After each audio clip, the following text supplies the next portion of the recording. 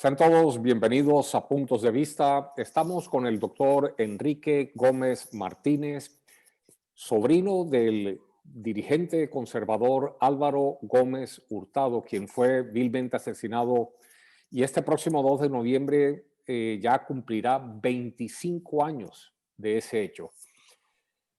Además, usted, doctor Enrique Gómez, y gracias por aceptar esta invitación para Puntos de Vista, es abogado de la familia en todo este proceso. Bueno, la última noticia tiene que ver con la declaración que hacen las FARC asumiendo una responsabilidad en el asesinato del doctor Álvaro Gómez Hurtado. La primera reacción sobre este tema que ha generado demasiada polémica en Colombia. No, para mí y para toda mi familia, desconcierto, dolor, indignación porque nos sentimos burlados. Vemos cómo nuevamente, para lograr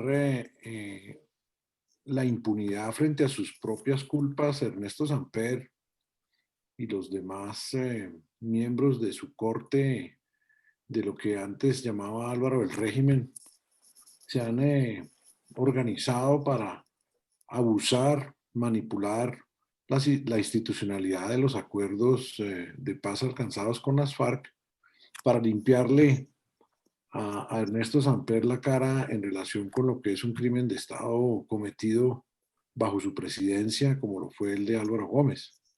Y el dolor es múltiple porque es la trivialización de la muerte de Álvaro, es el abuso de las instituciones que se pretende con esta estrategia. Y es una repetición, porque es que mire que Álvaro Gómez, en uno de sus roles históricos más importantes, luchó y concertó y aportó muchísimo para que se creara esa nueva frontera constitucional del 91 en la Asamblea Nacional Constituyente, y la promesa de nuevo país que había implícita en esa constitución quedó trunca, quedó frustrada, quedó violada por pues la compra de las elecciones por el narco en cabeza de Ernesto Samper, y toda la institucionalidad que tenía un nuevo amanecer con esa constitución quedó sujeta, entregada, prostituida, para salvar a Ernesto Samper en aquel gobierno oscuro del 94 al 98, de las consecuencias de sus propios actos, que antes lo conocimos siempre como el proceso 8000. Qué triste que nos quitó esa posibilidad de refundar Ernesto Samper la nación con su corrupción y con la entrega de la dignidad presidencial a los narcotraficantes. Y qué más triste que ahora, para seguir evadiendo su responsabilidad judicial histórica, pues viene a abusar y manipular la institucionalidad del proceso de paz en una eh, estratagema, en una puesta en escena, en una farsa, donde pretenden desconocer pues la realidad judicial que conozco pues en detalle desde hace 12 años que represento a la familia como parte civil, y que tiene dentro de esas pruebas pues pruebas de la talla que han permitido que la misma fiscalía declare este crimen como un crimen de lesa humanidad por ser un crimen de Estado cometido contra una persona protegida como lo era Álvaro Gómez en su condición de periodista. Entonces Bueno, me escandaliza y me entristece mucho, Manuel. claro, si hay tanto argumento para señalar a Ernesto Samper como por lo menos autor intelectual de este crimen y si está la conclusión de que es un crimen de Estado, ¿por qué ha quedado en el aire? Porque pareciera que la institucionalidad judicial del país, eh, pues en gran medida, siempre ha estado al servicio de Ernesto Samper y de Horacio Serpa. Fiscales como Montealegre, fiscales como Vivian Morales, que tuvo un rol protagónico en la absolución de Ernesto Samper en la Cámara, y no olvide el país y sus teleaudientes que Vivian Morales fue la que frenó con una tutela que se siguiera condenando a parlamentarios que vendieron su voto para absolver a Ernesto Samper en la Cámara de Representantes en el Claro. 96. ¿Qué se puede esperar de fiscales así? Mendoza Diago fue quien revocó los proyectos de resolución de acusación con los cuales 3 ministros de la administración Samper iban a estar capturados: Horacio Serpa, Gabriel Turbay y Rodrigo Pardo. Entonces, cuando usted ve que los fiscales que han en su mayoría ocupado la Fiscalía General de la Nación, pues son alfiles o bien de Ernesto Samper o de su jefe jurídico, de su máximo estratega, que es Alfonso Gómez Méndez, pues eso es lo que explica que estas pruebas no se puedan llevar a juicio. ¿Qué rompió el panorama? Indudablemente, pues Néstor Humberto Martínez, de una manera creo que valiente, reconoció la trascendencia de las pruebas. Porque, Manuela, se dice mucho que es que esto es una opinión mía, que es que yo Claro. soy un señor que decidí esto y que yo odio a Ernesto Samper. No, yo hablo en relación con la realidad judicial y procesal. Y una evidencia notoria de eso es que, por una parte, se reconoce la lesa humanidad en el caso de Gómez, y lo otro es Claro. que todas las hipótesis que esos fiscales que menciono, Gómez Méndez, Mendoza Tiago, Vivian Morales, Montealegre, impulsaron, todas para desviar la investigación, todas han sido rechazadas por jueces de la República, no por Enrique Gómez, no por Mauricio Gómez, no por mi señor padre. Esas decisiones judiciales, aquí que tanto se predica hoy día, que hay que respetar el imperio judicial, esas sí no hay que respetarlas, ¿no? Claro. Sí se pueden ignorar. Entonces le hago un breve recuento. El grupo Sincelejo, liberados 2 de ellos, el otro tuvo la mala fortuna de no presentar su casación a tiempo. 3 muchachejos de las barriadas de Sincelejo que vieron su vida truncada a manos de la Dijín. Hoy, los directores de la unidad de homicidios de la Dijín Nacional y de la SIJÍN en Sincelejo están vinculados mediante indagatoria por fraude procesal y falsedad en ocultar las pruebas que exoneraban a esos muchachos. Claro. La famosa hipótesis del Grupo Bogotá, la de Jutinico, la que ligaba de alguna manera mágica el atentado a Antonio José Cancino con la muerte de Álvaro Gómez. Ese grupo de atracadores de Bogotá contrató un panel de abogados penalistas expertos y revolcó a la fiscalía tanto en el Juzgado Segundo Penal Especializado de Bogotá como en el Tribunal Superior. Fueron exonerados en su totalidad de este homicidio. El grupo Cazadores, la Brigada 20, el coronel Bernardo Ruiz, la famosa tesis de Samper del golpe de Estado, de un grupo de supuestos asesinos de las fuerzas militares que habrían Claro. ideado un golpe de Estado que, quiero resaltar, no aparece ni una sola mención en los informes diarios y semanales del DAS al presidente Ernesto Samper, ni una sola mención de un golpe de Estado durante todo 1995.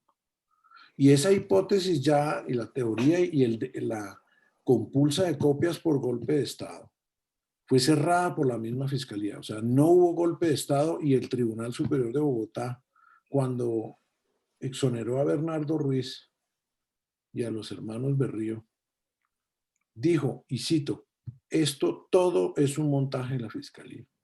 Y más recientemente, el fiscal Montealegre se inventó un testigo, falso testigo, en la cárcel de la penitenciaría de Barranquilla, para vincular a Rito Alejo del Río. Sí. Una cosa que se le advirtió a la fiscalía, que alias William era un testigo mentiroso, que no pertenecía a ninguna estructura, que nunca había sido reconocido por Justicia y Paz como miembro de la SAUC. A pesar de ello, se gastaron 3 años de recursos valiosos de investigación. Y hoy, la misma fiscalía autónomamente cerró y desvinculó a Rita Alejo del Río de esta investigación, decisión confirmada por la Fiscalía Delegada ante el Tribunal Superior de Bogotá. Yo no hablo de lo que yo creo, yo le estoy hablando de lo que los jueces han dicho. Y Claro. cómo es que este nuevo episodio, esta nueva hipótesis que ha tenido muchísimo esfuerzo para confirmarse, porque yo no le creía a Rasguño porque me parecía o porque me convenía o porque quería dañar a Ernesto Samper. No, señor, se hizo un trabajo extenso de verificación y validación de esa hipótesis, y cada momento avanzamos más en establecer la veracidad del hecho de que Ignacio Londoño, como gestor de corrupción del Cartel del Norte del Valle, convenció a Orlando Nao de hacerle el favor a Ernesto Samper y a Horacio Serpa, porque estaban bloqueados en comprar los votos para la primera absolución de Ernesto Samper, que se dio en diciembre de 1995, 2 o 3 semanas después de la muerte de Álvaro Gómez.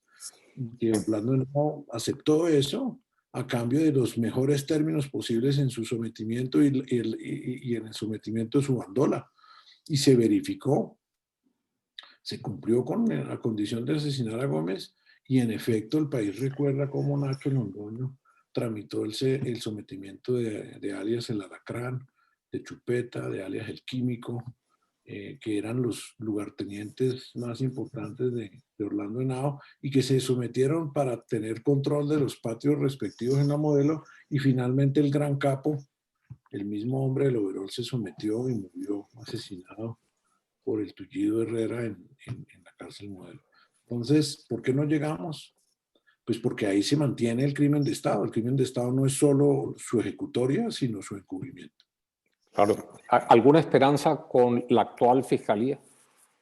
Pues creo que había un cambio de ritmo y de propósito públicamente admitido de que las pruebas pendientes se deben practicar y que se debe definir si la fiscalía acusa o no, en el caso de Horacio Serpa ante la Corte Suprema, y se trasladan todas esas pruebas adicionales que ya las están en su mayoría ante la Comisión de Acusaciones para efectos de proceder, y que el juez natural de ambos sea el que decida. Si las pruebas no son meritorias para efectos de una condena, que lo diga un juez. Es lo que hemos venido pidiendo, y eso ofende en este caso, y ofende porque se va a conocer una cantidad de evidencia abrumadora y terrible, terrible. Mire, todo lo que se ha establecido de 2009 a hoy, pasando por Botero, Rasguño, las 4 megacasas o grandes casas criminales colombianas, todas confirmando el hecho desde distintas ópticas, desde distintas perspectivas históricas.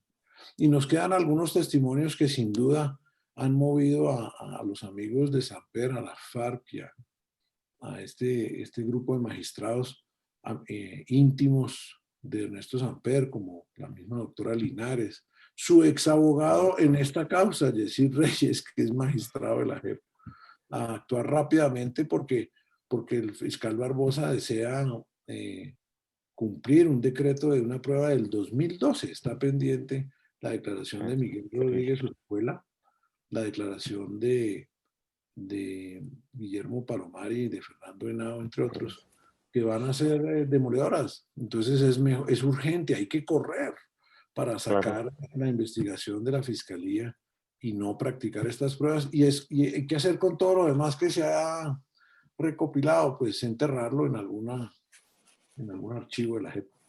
Bueno, si la JEP asume la investigación, ¿qué pasa con la competencia de la Fiscalía? ¿Cesa automáticamente?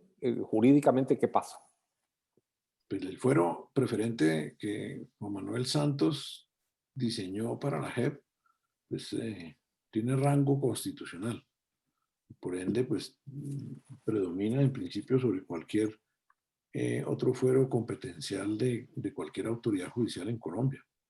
Yo me voy a oponer en representación de las víctimas a que se haga ese eventual traslado. Primero que no podemos partir de la premisa de validar el dicho de esos señores de las FARC. Una gente que no ha hecho sino mentirle a la opinión pública colombiana y a los jueces colombianos durante décadas. De la noche a la mañana confiesan algo y ahora es verdad revelada y verdad sabida en buena fe guardada. Me opongo. Que demuestren y traigan evidencias concretas de las circunstancias de tiempo, modo y lugar en las cuales ordenaron y practicaron y financiaron ese homicidio, y que esas evidencias sean validadas en el ejercicio de la legítima contradicción que establece la Constitución Nacional por las víctimas y mi persona y mi equipo, y entonces sabremos si eso tiene algún asidero o no en la realidad. Hasta tanto eso no suceda, debe seguir la investigación en la Fiscalía y plantearemos los conflictos de competencia en las acciones constitucionales que quepan en caso de que la JEP insista en lo que ya se huele. Porque es que esto está tan malo, esto es tan chimbo, esto es tan traído los cabellos que el país entero lo huele.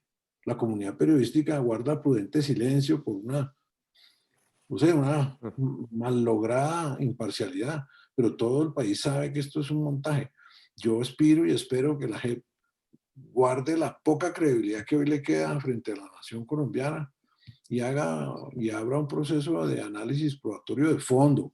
No me van a, yo llevo sufriendo las triquiñuelas de los abogados de Samper, las amenazas. 6 testigos de esta investigación han sido asesinados. Yo no me voy a sentar a mí no me van a sacar como sacan al señor ese Francisco de Rú con un cuento chimbo de esta situación. Yo Sean de la pienso verdad, sí. que hacemos una investigación y yo le abro el motor a lo que digan las FARC y le metemos a eso lo que la ley prevé, que es el ejercicio de la sana crítica y la contradicción probatoria, porque lo que no puede permitir el país es que, y que creo que es para donde van, que es que con la Cartica está resuelto el tema. Eso no va a pasar. Claro. Bueno, la primera pregunta es, ¿qué razones tendría la FARC para haber asesinado a Álvaro Gómez Hurtado? Álvaro Gómez fue un enemigo de toda la subversión violenta del país. Consideró que era no solo un instrumento de la intervención soviética y cubana en la soberanía nacional, sino que consideró siempre que era un conjunto de, de iniciativas siempre inspiradas en una ideología no solo caduca, sino peligrosa y una ideología falsa. Entonces fue un crítico acérrimo de todos los movimientos subversivos que azotaron al país y denunció no solo su crueldad y su inhumanidad, sino su manipulación por potencias extranjeras que deseaban conquistar la democracia colombiana para terminarla. Entonces, claro que Álvaro Gómez era enemigo de las FARC, sin lugar a dudas. Y obviamente Álvaro Gómez fue secuestrado por el M-19, o sea, mi padre fue el número 2 de la lista de más buscados por las FARC durante 7 años, porque nosotros creemos que esa fuerza subversiva y esa ideología marxista-estalinista pues es nociva y no se debe permitir, y mucho menos existen las justificaciones para una lucha armada en Colombia, ni eso produce, ni ha producido nunca ningún beneficio para quienes quieren supuestamente redimir. Entonces, Claro. Álvaro Gómez sí era un enemigo de las FARC. Que en Y, esa coyuntura política tuviesen un móvil para asesinarlo, distinto de hacerle un favor a Ernesto Samper, no se me ocurre. Lo que es claro es que esta teoría no puede desvirtuar que el principal beneficiado con la muerte de Álvaro Gómez fue Ernesto Samper Pizano, porque el único tipo y el primer periodista que exigió rotundamente la renuncia al presidente en el claro. marco del proceso 8000, y lo hacía con autoridad plena, con reconocimiento grande de la comunidad periodística y de la clase política colombiana, fue Álvaro Gómez. Álvaro Gómez es un estorbo para Ernesto Samper y el beneficio para él fue enorme de haberlo eliminado. Otra pregunta es, ¿las FARC reivindicaban hasta los crímenes más atroces que cometían? ¿Por qué no lo hicieron en el caso de Álvaro Gómez Hurtado, sino que lo vienen ahora, 25 años después, a traer a colación? Estoy totalmente de acuerdo. Es absurdo. Se reivindicaban incluso cosas que no eran cometidas por ellos. Entonces ahora, ¿por qué lo hacen?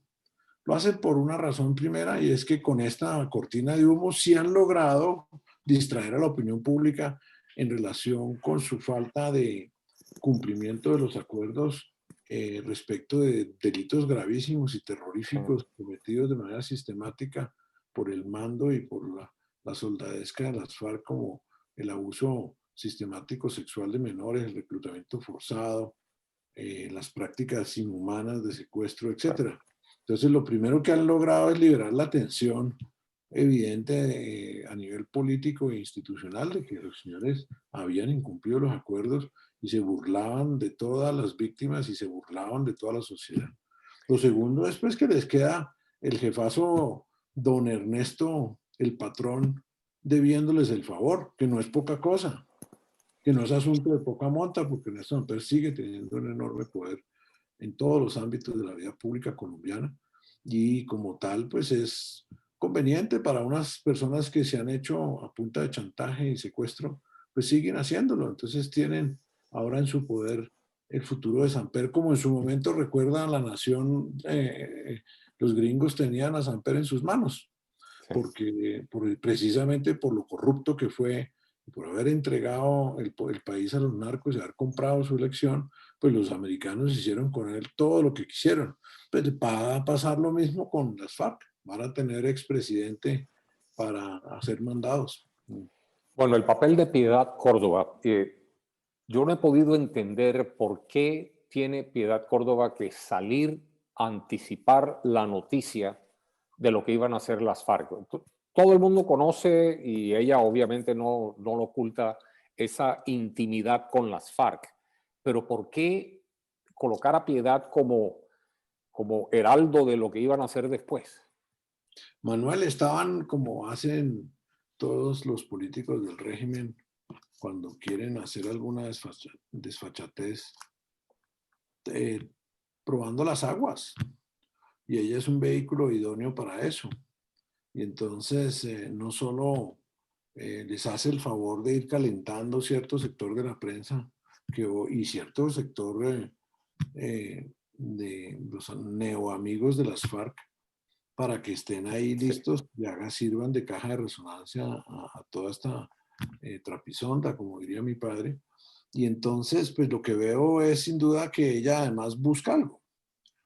Y me puse a ¿Qué, investigar, me qué puse a buscaría? investigar me puse a investigar y a preguntar en los sitios correctos y me dijeron claramente que ella está tan absolutamente involucrada en los temas de lavado y de corrupción del gobierno Maduro a través de Alex Saab, que tiene un fundado temor de resultar extraditada a los Estados Unidos. Si ella ahora, dándole órdenes al secretariado, aparece con estas pruebas y legitima que las tiene como asesora, coordinadora o miembro de la organización guerrillera, pues se puede acoger a la garantía de no extradición que se le otorgó a la jefatura de las FARC. Y yo creo En, que va para acá. Pero en eso Plata Blanca es eso, evitar su extradición a Estados Unidos. yo creo que es una opción. A mí no me parece una hipótesis eh, irracional. Descabellada. No, nada descabellado y me ha ido bien con mis predicciones. Fíjese que yo predije esta carta, la predije hace más de 25 días, cuando apenas supe de los trinos de ella. Y ahora la veo en una situación donde, pues si se postula ahí a través del compinche de Rúa a la JEP, ¿cierto? Pues va a pretender evadir la acción de la justicia en relación con la omisión del deber de denunciar, pero yo le voy a poner su denuncia porque para nosotros, las víctimas de la muerte de Álvaro Gómez, si ella tuvo las pruebas y incluso así no las haya podido validar, consideraba que eran ciertas, pues ha sido de gran crueldad Claro. ocultarlas. Y yo creo que el país ya quedó liberado de una cosa. Esto tiene todo lo malo, trae algo bueno, Manuel. Ya no tiene Colombia por qué soportar más lecciones de moral sobre víctimas y victimización de Piedad Córdoba, porque yo también soy víctima, los hijos de Álvaro Gómez Claro. son víctimas, y ella con su conducta, pues lo que demuestra es el fondo de su alma, el, Sí. la realidad de su moral y de su ética. Y esa es una señora, una operadora política que no tiene ningún temor en unirse a los peores criminales para obtener sus fines políticos. No tiene ya ninguna autoridad para volvernos a dar lecciones de nada sobre ni conflicto, ni verdad, ni víctimas, ni nada. No he visto, ni leído, ni escuchado que alguien haya vinculado la reunión donde el exministro Juan Fernando Cristo a todo esto. Me parecería que eso no es una rueda suelta que hace parte de algo más grande. En su opinión, ¿hay alguna relación entre esa reunión y esta declaración de las FARC? No me parece descabellado. Si Juan Fernando Cristo no es el sacamicas de Ernesto Samper, ¿qué es? ¿Qué más hace o qué? ¿Para qué más sirve ese señor? Y así lo fue como ministro de ese gobierno y así lo ha sido siempre, sacándole la mica a Ernesto Samper. Entonces, que él fuera el representante de Samper en esa reunión, donde estaba obviamente el artífice de toda esta institucionalidad de la paz, que era Juan Manuel Santos, pues los que han firmado o han mandado firmar la carta, pues tiene bastante sentido. Y fíjese que los trinos de Piedad son sospechosamente consecutivos a la reunión. Entonces, creo que es todo lo llaman en Francia la mise en scène, la puesta en escena de esta parodia Claro. con la que se quiere alcanzar la impunidad en el caso de Álvaro Gómez. La BAJEP, Sí. lavado y cuidado de prendas finas, eso es lo que va a terminar convertido eso. Y para eso posiblemente necesitaban pedirle permiso a Juan Manuel Santos y no me extrañaría para nada, porque el presidente Santos hizo todo lo posible en su gobierno, además de designar al fiscal Montealegre, todo lo posible para que esta investigación no avanzara y lo logró. Bueno, el régimen. Regresemos a ese término que acuñó Álvaro Gómez Hurtado para describir eh, de pronto una élite que estaba manejando los hilos del poder en Colombia. Y yo creo que desde que él comenzó a hablar del régimen hasta el día de hoy, hemos visto aparecer una cantidad de figuras en puestos de enorme importancia, incluida la presidencia de la República, que no sé si estaré tan equivocado, pero pensaría que a excepción de dos presidentes, desde entonces el país ha estado en manos del régimen. Pues yo creo que cuando Álvaro lo planteó, me acuerdo tanto, yo estaba allí en una conferencia del Centro de Estudios Colombianos en el Salón Rojo del Hotel Tequendama, y era planteado como un ejercicio académico, retórico, enfocado a explicar lo que había sido su experiencia muy larga, muy cercana, a través del ejercicio político con las prácticas de gran parte de la clase política colombiana. Y un proceso que él había visto deteriorarse, llegando a esa eh, gran caterva de complicidades que incluía pues el Poder Judicial, la fuerza pública, el empresariado, los funcionarios públicos, incluyó la iglesia, el narco, ¿cierto? Y pues cuando usted mira esa mecánica en donde unas personas culpables o que aprovechan determinada fracción del Estado le ofrecen a cambio a otros la cobertura de sus propias fechurías, pues representan sin duda alguna un verdadero equilibrio de poderes. Es que el equilibrio de poderes no se da aquí a la luz de la Constitución, sino en ese lado oscuro que mencionaba Álvaro Gómez, que es ese juego infinito de complicidades que se autonutren, se autoprotegen. Entonces coincido con usted en que las grandes figuras del régimen que han sacado provecho del país o han hecho o han permitido que grupos que los representan o que los apoyan saquen enormes provechos de todo, de la contratación, de la actividad criminal, de los puestos, del presupuesto, pues sí están activos, claro que están ahí y involucran cada vez mayores espectros de la sociedad. Entonces, coincido con que ese fenómeno no ha desaparecido y posiblemente cuando Álvaro habló de eso ya llevaba un tiempo grande existiendo. Yo pues no soy lo suficientemente viejo porque no voy a decir que soy joven, porque eso sería, estaría diciendo bobadas como las FARC, pero no soy lo suficientemente viejo, pero me imagino que en los 70s y en los 60s eso ya también estaba sembrado, ¿no? Y era lo que Claro. él observaba como fruto de su experiencia política personal. De pronto Luis Carlos Galán también hizo parte de las víctimas del régimen. Es que yo recuerdo claramente mi señor padre cuando vio la foto de Santofimio dándole un beso de bienvenida a Luis Carlos Galán al Partido Liberal en la convención de Cartagena, no sé si usted lo recuerda, Claro. ahí en el centro de convenciones. Yo me acuerdo que mi papá se levantó temprano, abrió el periódico, yo estaba en la mesa del desayuno y mi padre dijo, no dijo nada, dijo, lo van a matar. Porque ese grupo de complicidades, ese concierto grande de abuso del Estado, de manipulación de la opinión, mata. Y yo sí creo que esa connivencia entre unos y otros, eh, en donde pues Santofimio terminó condenado, en mi Claro. opinión, con un pequeñísimo recaudo probatorio. Si aplicaran la regla con la que condenaron a Santofimio en el caso de Álvaro Gómez, pues condenarían a Samper como a 1000 años de prisión, porque yo tengo 332 pruebas que demuestran que esto es un crimen de Estado. Pero el hecho es que esa clase política sí celó y engañó a Galán, y creo que Galán cometió el peor error de su vida en someterse al oficialismo liberal.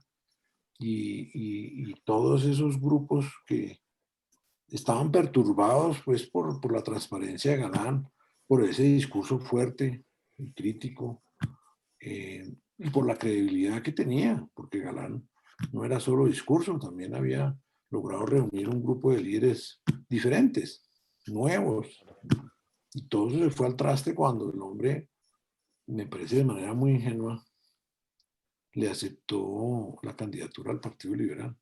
Y ese beso estaba en la primera página del Tiempo, ¿no? Un testimonio histórico de Judas, Claro. y es un poco La moderno. ese mismo escenario se repitió además después, y Álvaro Gómez no es el único, pienso yo, pero claro que ellos dos, Galán y Gómez, Claro. presentan la cúspide de esa maldad y de esa capacidad de matar. Vienen después alianzas, posiblemente M-19 y las FARC con el régimen. Y eso es lo que estamos viendo hoy.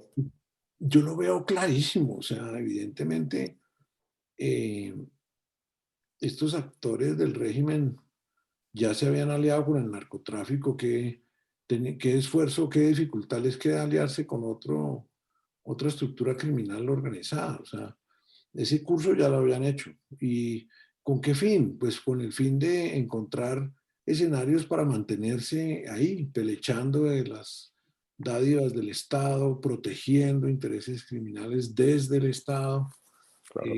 repartiendo puestos, repartiendo magistraturas, repartiendo contratos.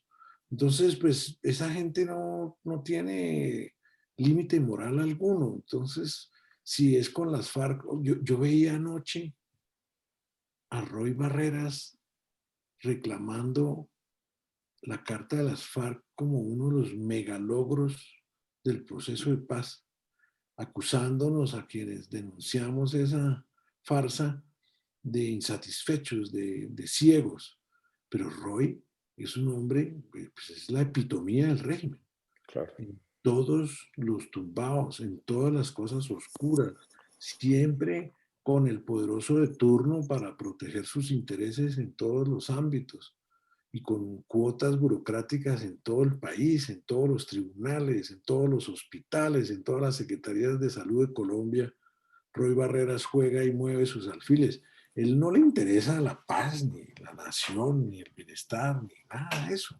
Le interesa es mantener su cúmulo de poder y seguirlo explotando. Y si el día de mañana aparece en Colombia el presidente de los marcianos, adivine quién va a ser el primer adherente a ese partido.